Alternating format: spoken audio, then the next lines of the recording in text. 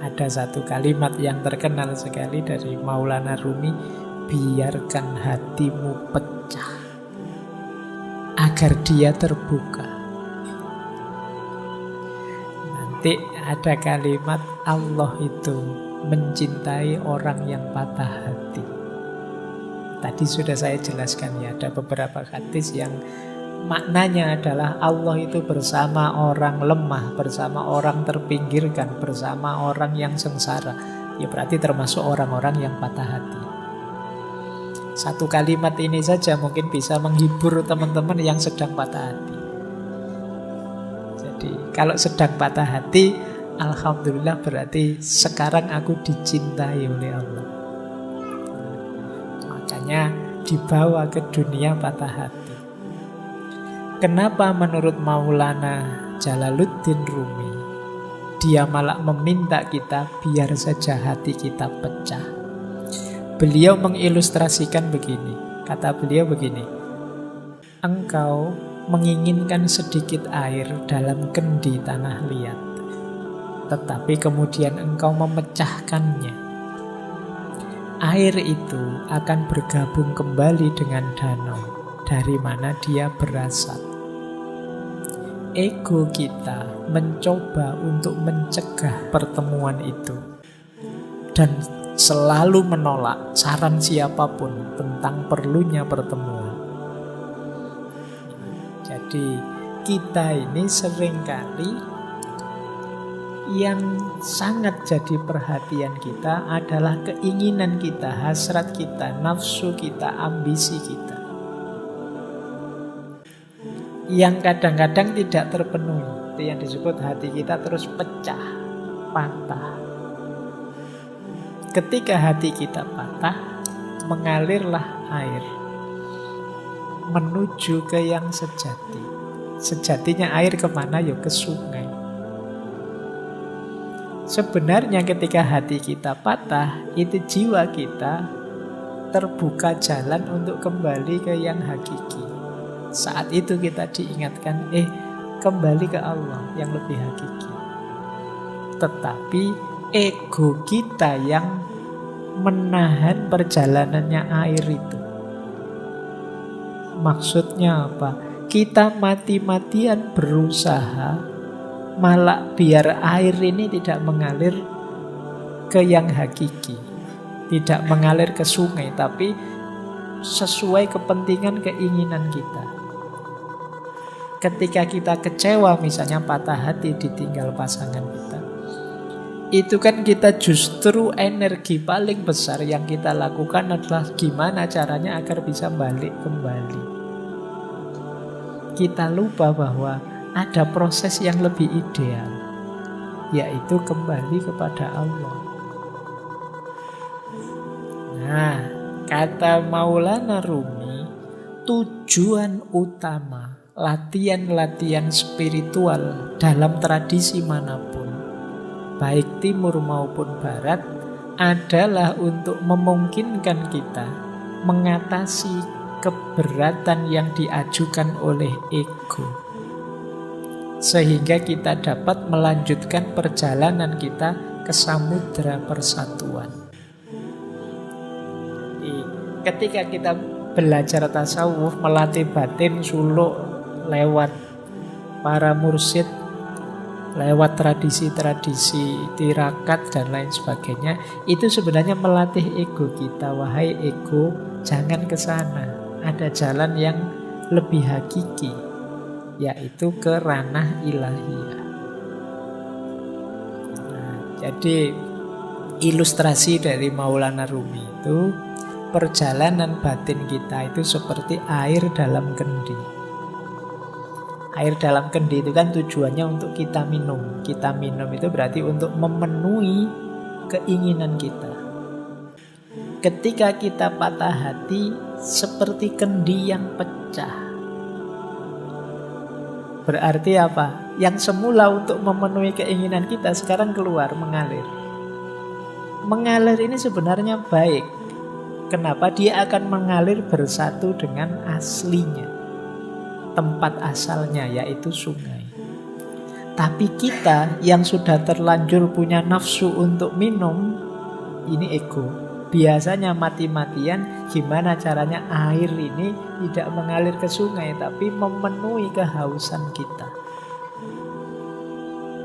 Nah, dari situlah kemudian kata Maulana Rumi, ketika orang belajar olah batin lewat tasawuf, mistik, dan lain sebagainya, itu tujuannya dalam rangka orang sadar, ini air ini mengalir ke sana jangan dihalangi. Ikhlaskan. Ini namanya melatih ego tadi. Jadi maka biarkan hatimu pecah.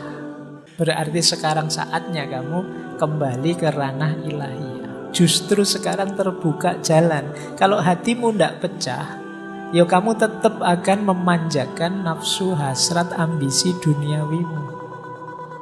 Kalau hatimu tidak pecah, ya kamu lupa bahwa aslinya air itu bergabung ke sungai. Jadi inilah salah satu ilustrasi dari Maulana Jalaluddin Rumi. Makanya beliau bilang, biarkan hatimu pecah agar dia terbuka. Kalau tidak pecah-pecah, tidak terbuka-terbuka, kamu masih asyik dengan duniamu, memenuhi hasrat ambisimu. Begitu pecah, sekarang kamu sadar dengan yang lebih sejati. Inilah ilustrasi dari patah hati. Jadi patah hati itu penting ternyata untuk menyadarkan kita bahwa dalam hidup ini ada yang lebih hakiki dan perjalanan kita menuju ke sana. Baik, kita lanjutkan. Nah, dilanjutkan ya. Luka adalah jalan cahaya yang memasuki jiwa. Jadi ketika hati kita luka, hati kita patah, justru lewat luka dan patahan itulah cahaya bisa masuk. Ini melanjutkan yang tadi. Kalau hatimu tidak luka dan tidak patah, mungkin kamu tidak sadar. Kenapa tidak sadar? Karena cahaya tidak bisa masuk.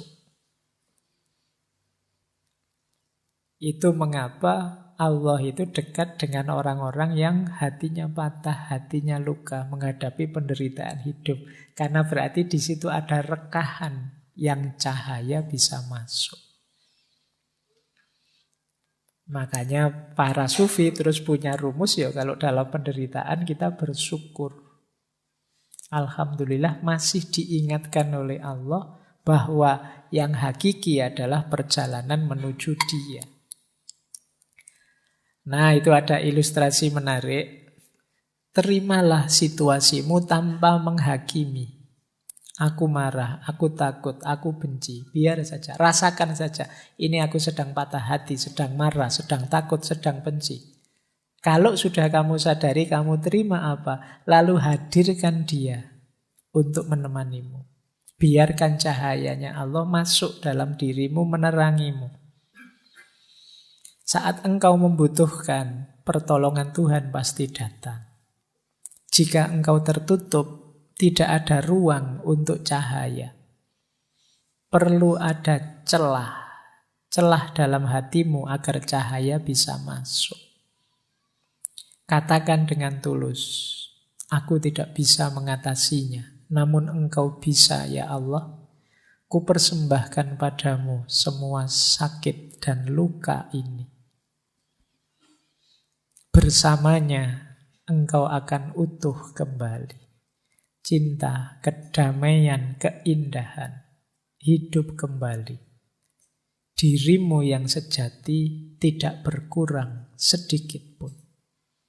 Lalu bersyukurlah.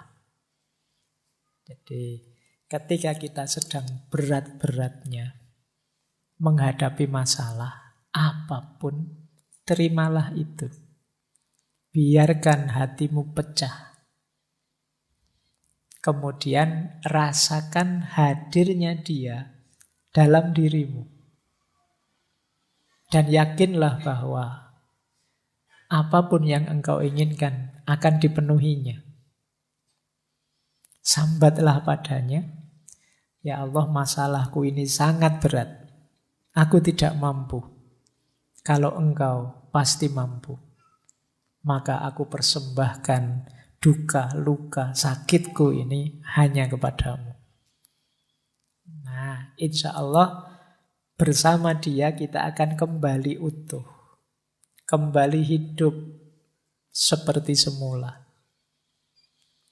Tidak ada satupun yang berkurang. Kalau kita patah hati kan sebenarnya kita berkurang apa sih? Tidak ada.